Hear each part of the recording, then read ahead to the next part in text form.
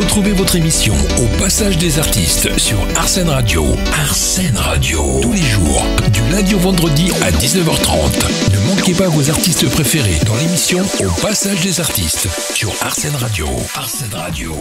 Au Passage des Artistes. Philippe Chevalier, bonjour. Bonjour. Merci de m'accueillir dans ce théâtre, le théâtre des deux ânes, pardon. Donc humoriste, acteur, photographe, chanteur également, je l'ai appris en fouinant un peu. Il y a des choses que tu n'as pas encore réalisées. Je te tutoie, excuse-moi. Oui, mais c'est très bien. Si, alors j'ai écrit un livre aussi. D'accord, bah écoute, tu m'en parleras. Ça fait combien de Qui est un temps? recueil de chroniques que je faisais aux grosses têtes chez aux grosses Bouvard. têtes, oui. Voilà. Et c'est sorti il y a longtemps ou C'est sorti au mois d'avril Oui. dernier.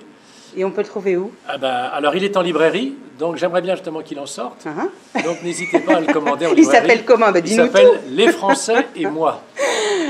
Et ça parle de quoi alors? C'est chez Flammarion. Ce sont des différentes chroniques qui, d'ailleurs, certaines d'entre elles m'ont inspiré pour concocter ce spectacle que je joue là actuellement. On en parlera d'ailleurs, Chevalier, culturellement mal pensant. Alors moi, j'ai cherché un peu avant de venir te voir. Et j'ai découvert qu'après ton bac, tu as eu un certificat de criminologie. Ça, c'est pourquoi? Ça, c'est pour nous faire mourir de rire ou c'était quoi le but? Non. Le certificat de criminologie, je l'ai obtenu non sans peine après une licence de droit à Montpellier où j'ai eu des tas d'avatars, des tas de complications, parce que le droit en réalité m'enquiquinait. Mais il y avait un domaine qui m'intéressait un petit peu plus, qui était le droit pénal, et notamment les cours de psychiatrie criminelle que j'avais suivis pour obtenir ce diplôme de criminologie, donc que j'ai eu, qui a été validé malgré mon échec à la maîtrise de droit.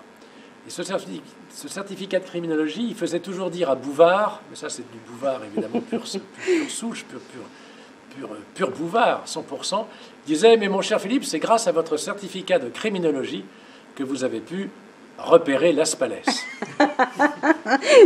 C'est pas mal. Ben justement, tu me tends la perche, parce qu'on va parler un peu également de Régis Laspalès. Tu le rencontres en 1980, donc c'est pas tout jeune. Et vous avez en fait, pas en même temps, vous avez fait vous avez pris oui, les cours. On était au cours Simon, mais pas ensemble. Oui, en tout cas, pas au même moment. Et après, moi j'ai arrêté, j'ai travaillé dans la pub, j'ai été pion, et quand je suis revenu... Dans le domaine du collant, je crois, si mes souvenirs sont bons, non? Oui, la publicité? Non, j'étais dans une agence de pub, et il y avait eu un prospect pour une marque de collants, et c'est ce qui m'a donné l'idée après de faire des photos de jambes de femmes en collant. Mais ce n'était pas une publicité. Enfin, au départ, ce n'était pas une agence qui était spécialisée là-dedans. D'accord. Mais ça m'a ouvert de certains horizons, si je puis dire. L'origine du monde. Et donc, après... alors, elle se passe comment d'abord, votre rencontre après, on s'est retrouvés dans le cours de Françoise Engel Piat, ou Angèle Piat, qui a ouvert son propre cours, et c'est là que j'ai retrouvé en fait Laspalès, que j'ai trouvé Laspalès, et on a écrit ensemble une première pièce en 82 qui s'appelait Pas de fantaisie dans l'orangeade. Et après, tout de suite après, il y a eu le théâtre de Bouvard. Mais qu'est-ce qui se passe entre vous pour que ça matche? Parce que j'imagine que pour travailler ensemble, surtout dans ce domaine, il faut qu'il y ait une espèce d'alchimie. Il y a eu une alchimie. C'était quoi qui t'a... c'est-à-dire que je crois qu'on s'est apprécié mutuellement très vite, très tôt. Et on a décidé de collaborer ensemble parce qu'on avait le même regard ironique sur le monde qui nous entourait. Oui, puis un peu cynique aussi. Non, je ne parlerai pas de cynisme, je dirais d'amusement. On a eu une éducation, quoique dans des endroits très différents, on a eu une éducation commune avec ce que j'appelle un gros surmoi. Malgré que Laspalès avait des parents extrêmement joyeux, comme les miens du reste. Il paraît que ta maman était très, très drôle, assez fantasque. Moi, quand j'entends Louis de Funès parler de sa mère, on a l'impression que c'est la mienne. Voilà. Mais les parents de Régis étaient des gens très ouverts d'esprit, très gais, mes parents aussi. Mais malgré tout, il y avait une pesanteur familiale. Une espèce de... lui, par exemple, Régis, c'est sa grand-mère qui lui tricotait ses pullovers quand il avait 15 ans au lycée. Moi, c'était ma mère. Donc ça marque, parce que quand vous avez tout le monde qui est habillé avec des cheveux longs, là, et que vous avez votre pullover tricoté par votre mère, et donc ce passé commun nous a fait nous rencontrer assez vite, et percevoir, nous a habitués finalement à percevoir les choses sous le prisme d'une autodérision, Ouais. de l'autodérision. En fait. Et ça, on le sent en tout cas sur scène, et puis une espèce de subtilité très, très raffinée. Si c'est vous qui parlez de subtilité raffinée, je vous remercie, c'est pas moi qui l'ai dit. Non, mais en tout cas, je suis très subjective. On parle de Philippe Boulevard également. Hein, c'était en 1982. Alors 82, donc Ouais. on rentre dans cette émission de télévisuelle Ouais. qui a eu un succès hallucinant. C'était Faut dire, c'était sur Antenne 2 Antenne 2 à Faut dire l'époque, qu'il y avait avec 3 Philippe chaînes, Boulevard, ouais. mais on pulvérisait les taux d'écoute évidemment, parce que Mhm. les deux autres chaînes avaient du mal à lutter contre nous. Philippe Bouvard a une idée géniale en faisant venir des jeunes humoristes qui au départ improvisaient, après les choses étaient un peu plus cadrées. Et là, on a rencontré tous nos copains, Michel Bernier, Mimi Mati, Pascal Légitimus, les Inconnus, ceux qui sont devenus les Inconnus, Smaïn, Lim, Taxi, enfin voilà, toute la bande. On a fait partie du creuset initial, même si nous, le Régis et moi, on est arrivés 2-3 mois après. Mais dans il y a Jean-Jacques Perroni, évidemment, que j'oubliais, avec Jolibois, enfin, je veux dire qu'on était Isabelle de Botton. Il y a eu un... Ça, c'était le génie de Bouvard, c'est-à-dire d'avoir su rassembler des gens qui avaient chacun une caractéristique. Ouais. Puis qui venait d'horizons... Il y avait Chi, le chinois Chi, qui malheureusement nous a quittés récemment, dans des circonstances d'ailleurs dramatiques qui m'ont beaucoup touché. Enfin, c'était génial, c'était une aventure qui ne manquait pas de romanesque. Et puis, prix de l'humour en 99. Alors avec Régis, on a eu le Grand Prix de l'humour de la SACEM en 99, pas en l'an 2000, donc on a terminé le 19e siècle, le 20e siècle avec le Grand Prix de l'humour de la SACEM, oui, qui nous a... Tu ne te fiches pas dans l'humour, parce que tu fais... il y a d'autres choses qui se font. Oui, enfin, cette film... Oui, mais enfin, c'était des films comiques. On a fait des films comiques, à part quelques téléfilms qui étaient un peu plus sérieux. Comme j'ai eu la chance de tourner avec un grand réalisateur de télé qui s'appelle Jean-Daniel Verhaeghe, enfin un grand réalisateur tout court, d'ailleurs, parce que maintenant, c'est idiot de dire de télé ou de cinéma, dans une adaptation de la vie de George Sand, avec la grande, quoique petite, la grande Ariane Ascaride, qui jouait divinement George Sand. Et ça, c'est un souvenir télévisuel très fort d'une série qui n'était pas comique. Enfin, il y avait de l'humour aussi, bien sûr, mais ce n'était pas un comique. Et autrement, j'ai tourné aussi avec Gérard Jourduy, sous sa houlette, beaucoup de choses dans la série des Maupassants. Et si on parlait un peu de photographie? Ah, la photographie, ça, c'est... Je sens tes yeux pétiller. Bah, ils pétillent, oui, parce que j'ai fait une œuvre, si je puis dire, de photographie, de photographe. Malheureusement, qui n'a pas vraiment trouvé son public d'acheteurs, mais je ne désespère pas. Je serais peut-être comme Van Gogh. Van Gogh, de son vivant, avait vendu un tableau, paraît-il. Moi, j'ai vendu 3 ou 4 photos. C'est déjà pas mal. C'est déjà pas mal sur les centaines que j'ai faites. Et je photographie. J'ai un peu arrêté maintenant, parce qu'il y a eu aussi de ma part une forme de lassitude, ne trouvant pas... mais pendant une trentaine d'années, j'ai fait des photos de jambes de femmes en collant. Ça t'a vachement marqué, tout ça. Ben, ça m'a marqué parce que ça a été mon quotidien, pas mon pain quotidien, parce que ça, je sais pas, en vendant 2 photos. Un projet d'exposition d'ailleurs ou pas? J'ai fait beaucoup d'expositions. J'ai même exposé à Miami, j'ai exposé. J'ai explosé. Non, mais ce sont des photos, je crois, très belles, dont je suis très fier. Mais c'est difficile en France d'avoir 2 casquettes. C'est difficile en France, je suis bien placé pour le savoir, de faire venir un public qui est habitué à 35 ans de structure bicéphale, de faire un one-man show qui débute là en ce moment. Il faut que les gens franchissent le cap, franchissent l'obstacle. Et c'est difficile quand on est un humoriste ou prétendu tel de faire de la photo que pas. La photo érotique, ça a une petite connotation. Mais enfin, c'est très érotique ce que je fais. Enfin, c'est ce que j'espère faire d'ailleurs. D'ailleurs, c'est Picasso qui disait que l'art, c'était l'érotisme. J'ai rien inventé. Tiens, on parle peut-être aussi un peu de ton spectacle. Mon spectacle, Chevalier, qui s'appelle Chevalier, culturellement mal pensant, et que j'ai le plaisir de jouer au Deux Ânes, qui est un théâtre, qui est un véritable écrin. C'est un théâtre de Guignol pour moi.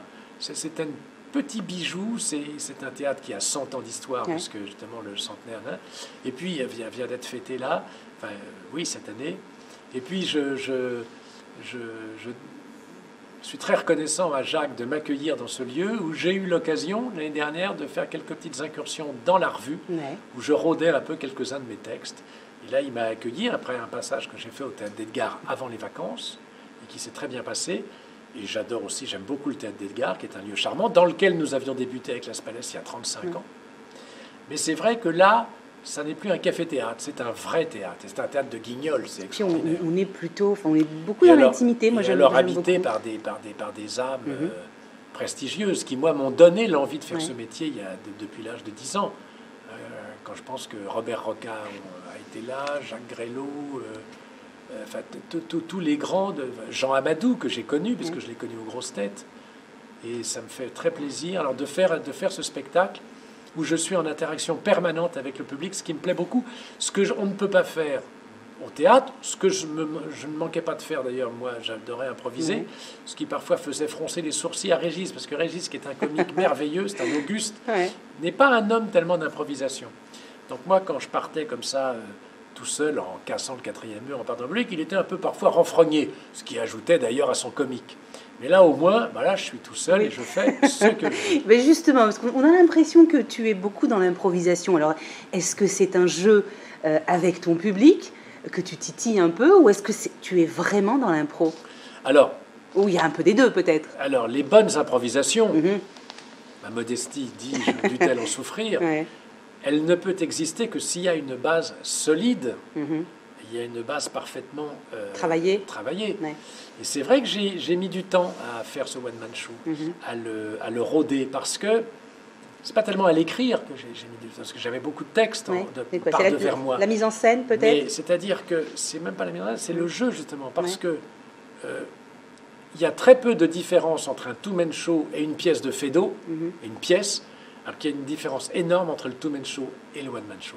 Parce qu'on a tout sur les épaules, on a tout en soi, on n'a pas le temps de souffler.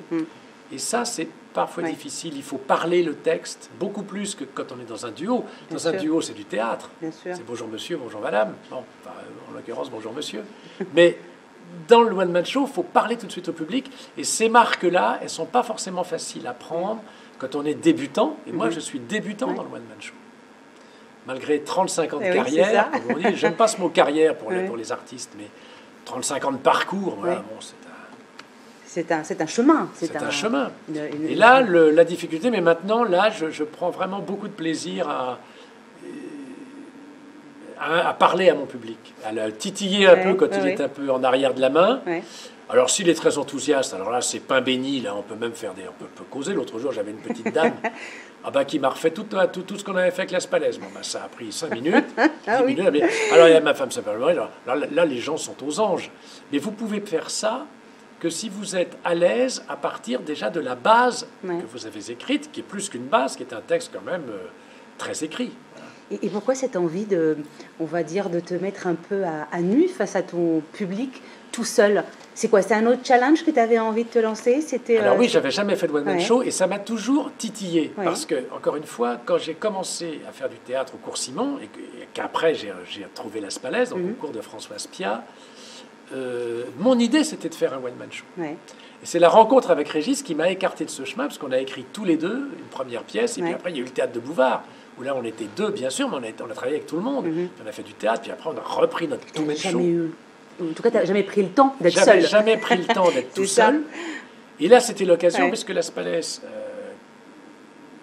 a joué cette pièce de Ruquier déjà maintenant, ça fait 1 an. Il a joué plus de 6 mois à Paris. Là, ils repartent en province en tournée. Donc, je me suis dit déjà l'année dernière, il faut que je fasse mon one-man. Et j'ai été très aidé en ça, d'abord par Jacques Maillot, par mon metteur en scène, Bruno, qui m'a aidé. Il n'a pas fait une mise en scène, il n'y a pas de mise en scène. Mais en revanche, c'est pour ça que c'est mon metteur en scène, parce que c'est comment occuper l'espace. Il m'a aidé. C'est même pas tellement ça, parce que j'en fais qu'à ma tête, j'occupe l'espace comme je veux, comme je peux. Non, il m'a aidé dans le choix des textes et dans ce qui lui paraissait drôle. Et d'ailleurs, Maillot m'avait aussi, Jacques m'a beaucoup aidé là-dessus aussi, à casser l'écrit, parce que ces textes au départ sont des textes très écrits. Je dirais même de manière, pas littéraire, faut pas exagérer, mais c'est avec des grandes phrases. Donc il y a que je casse tout ça. Par exemple, le sketch de l'hôtel, où je raconte mes déboires dans le machin, c'est un sketch qui dure 5 pages, avec des phrases je dirais pas à la Chateaubriand, mais c'est presque ça. Ouais. Et donc, il a fallu que je casse tout ça, et pour beaucoup d'autres sketchs aussi. Philippe, alors finalement, tu es sur scène tout seul, ça se passe comment? Comment est-ce qu'aujourd'hui, bon, tu peux aujourd'hui, après 3 semaines, c'est ça, c'est 3 semaines à peu près. Qu'est-ce que tu pourrais nous dire au final? Est-ce que tu es bien? Est-ce que tu te sens bien? Alors moi, je suis très bien. J'espère que le public l'est aussi. En tout cas, je l'encourage à venir parce que j'ose dire qu'on passe un très bon moment. Je le confirme. C'est vrai que c'est drôle et puis et les gens, ça les amuse de voir d'abord. La dernière fois que j'étais monté sur scène, avant d'aller au Théâtre d'Edgar et avant d'aller chez Jacques là aujourd'hui. D'ailleurs, le spectacle a beaucoup changé, il faut bien le dire, entre le Théâtre d'Edgar et aujourd'hui, parce qu'il s'est affiné. Il évolue. Il a évolué, il est plus riche, il est plus nourri, il est plus concentré, il est plus rapide, il est plus fort, je pense. Et je suis très heureux parce que, encore une fois, ce lieu est un lieu magique. Et ça m'amuse beaucoup de parler directement. Vous savez, la dernière fois que j'ai joué, avant de venir ici, c'était le Palais des Sports, avec Las Palais. 2800 personnes. J'imagine. Quand vous passez de 2800 personnes à 150... alors c'est très amusant, ou à 200, c'est vrai que le public est content aussi parce qu'il nous voit beaucoup plus près. Vous savez qu'au Palais des Sports ou dans les Zéniths qu'on a fait lors de notre dernière tournée, on avait des écrans, ce qui est hérétique en réalité. Il y a moins de proximité en tout cas avec son public. C'est idiot, là ils voient si j'ai un poil de nez qui dépasse. Ça les amuse beaucoup, ils voient comment sont cirées mes chaussures. Et dis-moi, parce que moi, quand j'étais... parce que évidemment, je suis venue voir ton spectacle, je me suis demandé à un moment donné, mais est-ce qu'il extrapole parce qu'il est sur scène ou est-ce que c'est vraiment autobiographique, toutes les petites histoires que tu racontes? Parce qu'elles sont assez phénoménales. Alors, il y a une part d'autobiographie. Enfin, qui est très minime. Elle est inventée, elle est sublimée. Je parle par exemple de mon beau-frère. Oui, mais justement, mon beau-frère est un personnage mythique. Je n'ai jamais eu de beau-frère dans ma vie, puisque je n'ai eu que des frères. J'ai eu des belles-sœurs. En revanche, je suis marié depuis 18 mois, et là j'ai un beau-frère qui ne ressemble en rien à Francis, qui vient soi-disant du Cantal, parce que mon vrai beau-frère, il a 20 ans, il est sénégalais, il s'appelle Babacar, je l'ai vu en photo, il est beau comme un dieu, il écoute du rap, et c'est pas du tout Francis qui a sa quincaillerie qui s'appelle Au Bel Asticot. Oui, ça c'était bien drôle. On peut y pitch peut-être par rapport à ton spectacle, justement.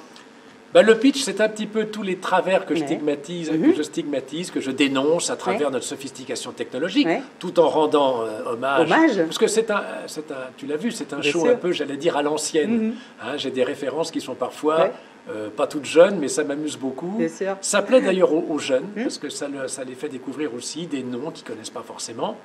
Et puis je rends quand même hommage à notre modernité. Je parle plusieurs fois d'Internet pour lui rendre hommage. Je rends hommage à Internet. Et puis je parle de l'histoire.